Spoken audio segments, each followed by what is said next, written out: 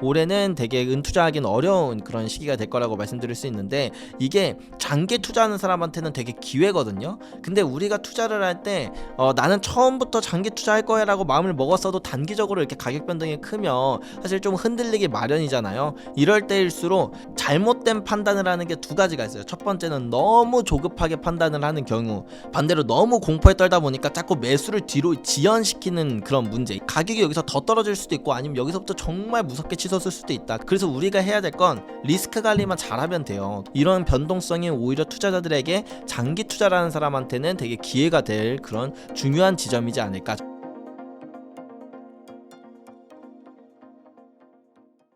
네, 최근 은이 급락하는 모습을 보이고 있습니다. 현재 은 투매 현상 어떻게 해석하면 좋을까요? 아무래도 은이 금보다 좀 더 변동성이 크다 보니까 최근에 금을 조정해서 은가가 더 크게 하락하는 모습이 보여졌다, 이렇게도 볼 수 있겠는데요.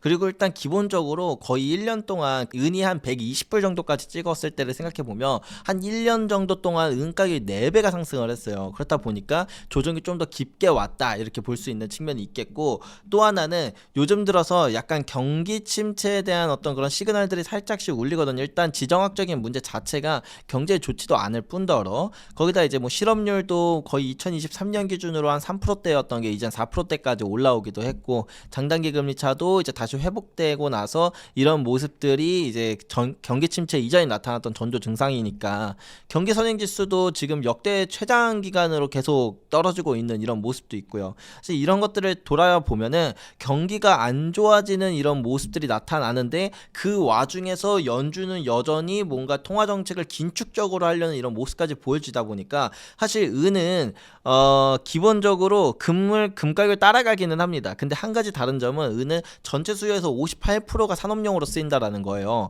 그러니까 경제도 안 좋아진다라는 건 산업적 수요도 줄어들 가능성이 있으니까 은은 뭔가 악재 같고, 여기에 더불어서 이제 금리가 떨어지고 통화가 이제 막 풀리기 시작한다라는 그런 부분은 금 가격에 되게 좋은 영향인데, 근데 그런 부분 또한 반대로 움직이고 있는 현상, 금리가 오히려 잘 안 떨어지거나 혹은 아예 올라갈지도 모른다라는 그런 공포감이 은 가격의 변동을 더 크게 만드는 요소다, 이렇게 생각을 해볼 수가 있거든요. 그래서 지금 은은 뭐 올해 자체를 기준으로 볼 때 되게 변동성이 클 거다. 그러니까 이런 부분들이 해소되면 또 급격하게 올라가는 모습을 보여주기도 하다가, 또 다시 한번 이제 금리에 대한 문제라던가 아니면 이제 지정학적 문제라던가 혹은 이제 경기 침체에 대한 그런 여러 가지 시그널들이 나타날 때 은 가격은 되게 격렬하게 반응할 가능성이 크다, 그렇게 생각을 하시면 좋을 것 같아요. 그래서 올해는 되게 은 투자하기는 어려운 그런 시기가 될 거라고 말씀드릴 수 있는데, 이게 장기 투자하는 사람한테는 되게 기회거든요. 근데 우리가 투자를 할 때 나는 처음부터 장기 투자할 거야 라고 마음을 먹었어도 단기적으로 이렇게 가격 변동이 크면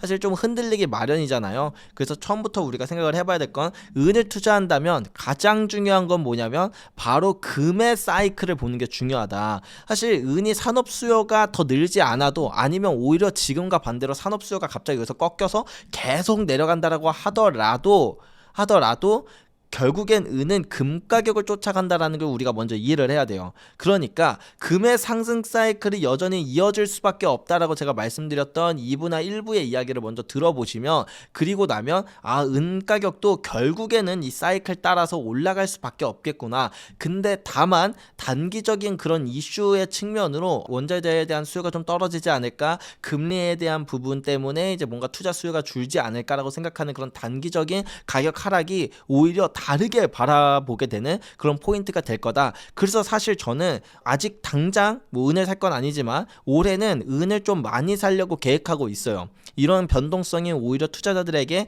장기 투자라는 사람한테는 되게 기회가 될 그런 중요한 지점이지 않을까, 저는 그런 생각을 하거든요. 근데 은값이 약간 지지부진하다가 한 번씩 팍팍 튀어오르잖아요. 그러면 한 이번에는 몇 년 후에 팍 튀어오르는 기회를 잡을 수 있을까요? 보통 이제 이 전체 사이클의 한 중반부쯤에 보통 큰 조정이 한번 와요. 금이랑 은은 어차피 똑같이 가니까. 예를 들면은 2002년부터 2011년의 상승 사이클에서 2008년에 이제 큰 조정이 조정이 한번 왔었고, 그 다음에 1970년부터 1980년의 상승 사이클에서 1974년에 한번 큰 조정이 왔었고, 1933년부터 1947년의 사이클에서 1941년에 한번 큰 조정이 왔었다. 요것들을 생각해 보면 보통 경기 침체를 이제 어느 정도 동반하면서 금과 은가격이 한번 떨어지는 그런 큰 조정이 있다라고 볼 수 있는데, 사실 경기 침체 이전에 나타나는 시그널들, 뭐 실업률이 0.5% 이상 증가하는 3회 법칙이라던가, 아니면 이제 장단기 금리 차가 역정됐다 회복되는 이런 이제 전형적인 특징이라던가, 아니면 경기 선행 지수가 이제 계속 떨어지는 이런 모습이라던가, 경제 활동 참가율이 낮아지는 이런 모습이라던가, 이런 다양한 경제 지표들이 그 경기 침체 이전에 나타났던 전조 증상들이 다 나타났어요, 사실. 그래서 우리는 뭐 그렇다고 해서 꼭 올해 뭐 경기 침체가 온다 이렇게 단정해서 말할 수는 없겠지만, 그래도 그만큼 확률이 높아진 만큼 어쩌면 올해는 경기 침체에 대한 그런 우려가 같이 섞이면서 금과 은가격이 크게 조정하는 그런 일이 일어날 수 있겠구나. 그리고 역사적으로 상승 사이클의 한 중반부쯤에 그게 보통 일어나는데, 2019년부터 2030년의 상승 사이클인 지금에도 2026년은 그런 조정이 오기 딱 좋은 시기다 이렇게 바라보면서, 지금은 이런 조정이 있고 나면, 근데 여기서부터 재밌는 게 조정이 나타나면 그 뒤에 상승이 정말 격렬하다라는 거예요. 2008년 이후부터의 상승률이 정말 드라마틱했던 것처럼, 1974년 이후에 이제 상승이 정말 드라마틱했었던 것처럼, 이런 조정이 있고 나면 그 뒤에 상승이 정말 가장 드라마틱하고 큰 상승이 나타나기 때문에, 우리는 미리미리 지금부터 좀 꾸준히 금과 은을 사모으는, 이런 조정이 나타날 때마다 줍줍하는 이런 것들을 생각해서, 적어도 저는 올해 안에는 매수를 전부 끝내놔야 나중에 그 드라마틱한 상승이 나타났을 때 그런 과실을 누릴 수 있지 않을까, 그런 생각을 하면서 준비를 하고 있습니다. 근데 120불에 사신 분들은 80불에 떨어진 은을 또 다시 사기가 사실 좀 꺼려질 것 같은데, 80불에서 어느 정도까지 또 떨어질 수도 있을까요? 일반적으로 은 가격이 좀 많이 떨어지면 마이너스 한 50%에서 이제 60%까지도 떨어지기도 해요. 근데 이제 고점을 120불 정도로 잡았을 때 한 60불에서 55불 정도까지도 이제 하방이 있기는 하다. 근데 그렇다라고 하더라도 제가 이건 앞서 한 2부 때 말씀드렸던 건데, 사실 그 정도까지 찍을 수 있다고 생각하거든요. 저는 분명히 그 정도까지는 찍을 것도 같아요. 근데 문제가 뭐냐면, 그게 실제로 찍지 않았을 때의 리스크가 너무 커요. 우리가 그 조정을 기다린다고 하면. 왜냐면 말씀드렸죠, 이 조정 이후의 상승이 정말 드라마틱해요. 보통 막 많이 오를 때는 1년 만에 막 3, 4배씩 상승을 하거든요. 그러면 우리는 그 저점을 한번 못 맞췄다는 그 이유만으로 가격이 3, 4배 뛴 다음에야 우리는 이제 다시 들어가게 되는 이런 모습이 나타나기 때문에, 조정 이후에 나타난 상승이 드라마틱하기 때문에 여기서 좀 더 떨어질지 모르더라도 우리는 미리 들어가야 된다. 제가 앞서 말씀드렸던 비유 중에 하나가 그런 거였어요. 우리가 이제 버스가 종점을 돌아서 다시 이렇게 쭉 가는 그런 이제 흐름이 나타난다라고 할 때, 지금이 이 종점 대비 세 번째 정류장인지 아니면 네 번째 정류장인지 아니면 지금이 종점인지 모르는데, 만약에 내가 아직 세 번째 전 정류장이라고 생각하고 버스를 안 탔다가 여기가 종점이고 그냥 쭉 지나가 버리면, 그러면은 우리는 진짜 다시는 잡을 수 없을 만큼, 특히 은행 그 상승이 되게 격렬한 편이거든요. 그래서 미리미리 준비해 놓는 게 되게 중요하지 않을까라고 말씀드릴 수 있고, 두 번째로 은 가격은 오를 때 좀 많이 오릅니다. 그러니까 적게 오를 때도 10배 이하는 아예 없었다라고 보시면 되고요. 보통 한 2, 30배 정도 올라요, 가격이 오를 때. 이게 상승 사이클이 한번 나타날 때 되게 드라마틱하기도 하고, 특히 지금 같은 경우는 AI나 그 다음에 이제 데이터 센터, 전기차, 방산, 우주산업 모든 분야가 첨단화되다 보니까 은의 산업 수요가 매년 사상 최고치를 기록하고 있을 정도로 이 수요와 공급의 괴리가 엄청나게 큽니다. 그래서 지금은 아마도 과거에 은이 상승했던 상승 사이클보다 더 격렬할 가능성이 크다라는 걸 생각해 본다면, 우리는 물론 지금 120불을 기준으로 볼 때 80불이 되게 많이 떨어진 거라고 느낄지 모르겠지만, 나중에 4, 5년 뒤에 지나서 금이 정말 고점에 다다랐을 때 가격을 보면 별로 그렇게 차이가 안 난다고 느낄 수도 있다, 이런 말씀을 드릴 수 있을 것 같고, 실제로 제가 2019년에 은을 한 65만 원 정도에 샀었거든요. 1kg짜리 실버바를. 근데 그게 지금은 600만 원이 됐어요. 뭐 500만 원, 600만 원 이 정도 사이를 왔다 갔다 하는데, 그렇다 보니까 지금 입장에서 보면 제가 쌀 때 은을 잘 샀다라고 생각할지는 모르겠지만, 당시 2019년, 2020년으로 넘어가면 은 가격이 1kg에 막 40만 원 그 수준까지도 내려가기도 했었다라는 걸 우리가 보면, 과연 65만 원이 정말 잘 산 가격이냐? 그렇진 않거든요. 사실 단기적으로 보면 전 2019년에 남들이 볼 때는 물렸다라고 평가를 할 거예요. 야, 제 고점에 물렸네 이렇게 생각을 하겠지만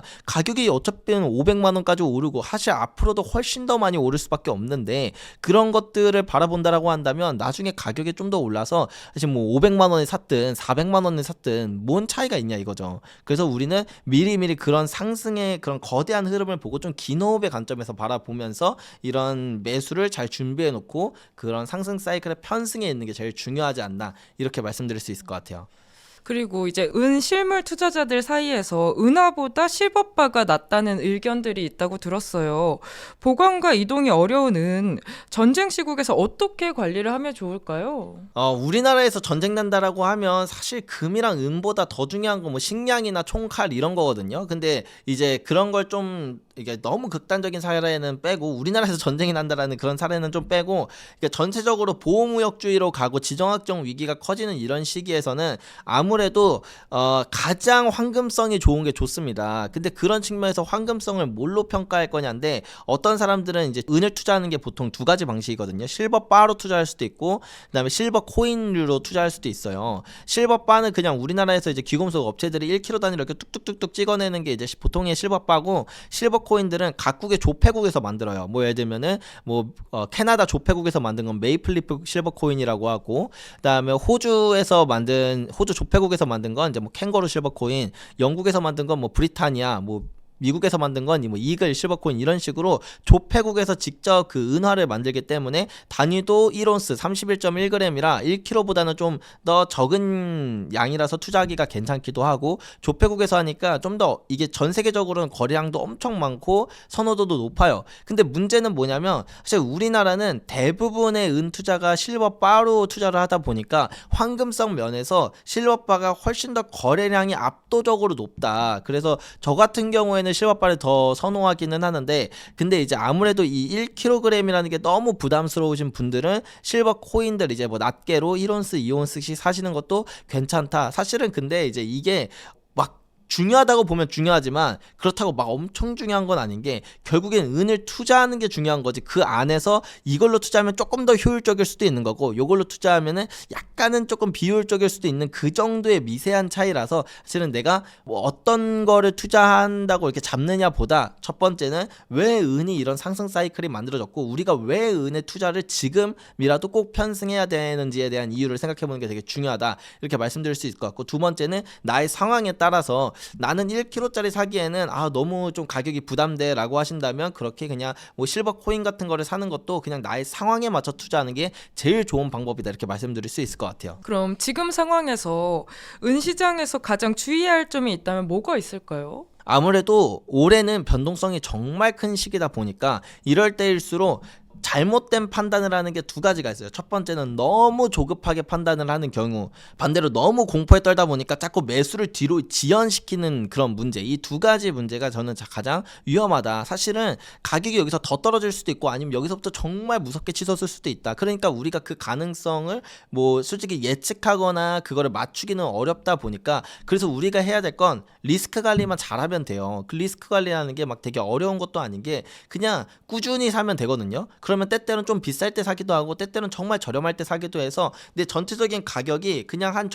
중간쯤 평균쯤에 맞춰지게 되다 보니까 상승 사이클에 편승하는데 그런 심리적인 부분들도 좀 더 낮고 왜냐? 가격이 이제 만약에 급격하게 떨어지면은 아직 사야 될 현금이 더 많기 때문에 그런 가격 하락을 더 기쁘게 받아들일 수도 있는 거잖아요. 그리고 가격이 상승한다라고 하더라도 내가 이전에 샀던 물량들이 있기 때문에 또 그렇게 기분이 그렇게 썩 나쁘지만은 않은 사실 이게 심리 싸움이에요. 이게 가격 변동성이 커지면 일반 투자자들이 제일 힘들어하는 이유가 바로 그런 심리적인 부분 때문이라고 저는 생각을 하거든요.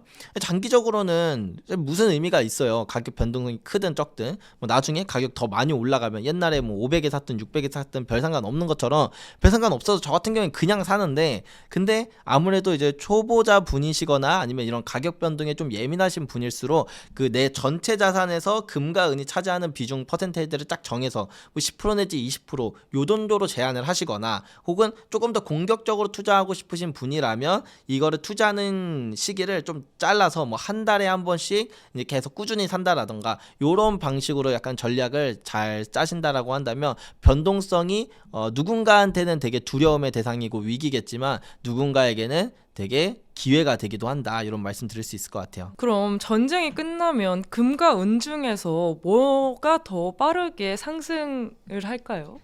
사실 전쟁만 두고 보면 이제 금이든 은이든 별 의미는 없어요. 이게 단기적으로만 가격에 영향을 미치지 장기적으로는 물론 영향을 주긴 하거든요. 그러니까 가격 그 상승 사이클의 기울기를 좀 더 가파르게 만들어지는데 이 지정학적인 요소가 분명히 영향을 미치긴 하는데 어쨌든 단기적으로 가격 영향이 훨씬 더 크다.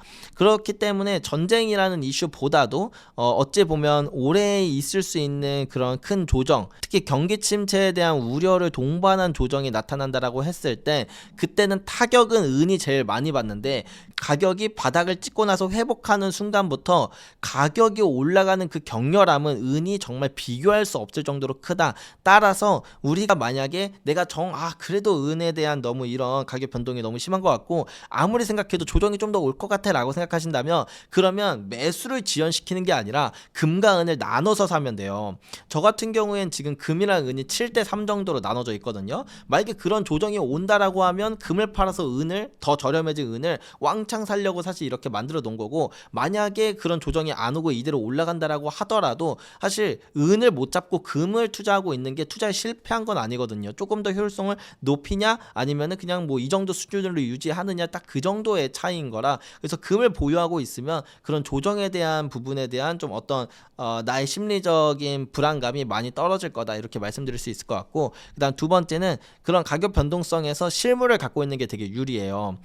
예를 들면은 요번에 1월 30일에 은 가격이 하루 만에 30%가 폭락을 했었거든요. 국제 시세가. 근데 그때 실물 가격은 거의 떨어지지가 않았어요. 왜냐하면 실물이라는 건 당장의 수요와 공급의 영향이 가장 많이 미치기도 하고 실제로 전 세계적으로 은이 좀 많이 부족해요. 근데 이제 아무래도 ETF라던가 선물이라던가 옵션이라던가 그런 금융상품은 실물보다 138배 정도 더 큰 양, 그러니까 실제로 있지도 않은 은이 그 정도 많이 발행이 되는 그런 공급이 있기 때문에 어떤 그런 가격의 측면에서 실물과의 가격 괴리가 이렇게 나타난다 이렇게 생각을 하면은 실제로 실물 은을 보유했을 때 가격 변동에 대한 부분도 좀 더 마음이 편해지실 거고 그다음 또한 지금은 김치 프리미엄 형상도 많이 사라졌기 때문에 지금 같을 때 실물을 줍줍 해놓으시면 나중에 은에 대한 그런 사람들의 수요가 몰릴 때 막 우리나라만 금만 하더라도 김치 프리미엄이 심할 때 막 20%까지 치솟거든요. 근데 은은 심할 땐 40% 50%까지도 치솟아요. 그렇기 때문에 지금처럼 김치 프리미엄이 낮은 이 시점도 실물을 투자하기 되게 매력적인 시점이다. 저는 그렇게 말씀드릴 수 있을 것 같아요. 네, 오늘 조기현 대표님과 함께 금은 투자에 관련해서 이야기 나눠봤는데요.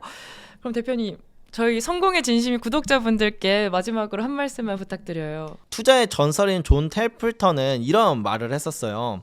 가장 좋은 최적의 매수 타이밍은 시장의 피가 낭자할 때다. 심지어 그 피가 당신의 피더라도 말이다 라고 말했던 것처럼 요즘 사람들이 금과 은을 투자하면서 관심도 많이 떨어지고 그 다음에 되게 그런 공포가 이런 것들이 시장에 많이 잠식되어 있는 이런 순간 가운데서 우리는 그런 시장의 분위기를 보기보다 좀 더 본질적인 부분을 바라보고 이 분위기를 바라보면 이게 위기가 아니라 기회로 이렇게 보이는 그런 시각이 여러분들에게도 열릴 거라고 생각합니다. 네, 대표님 귀한 말씀 감사합니다.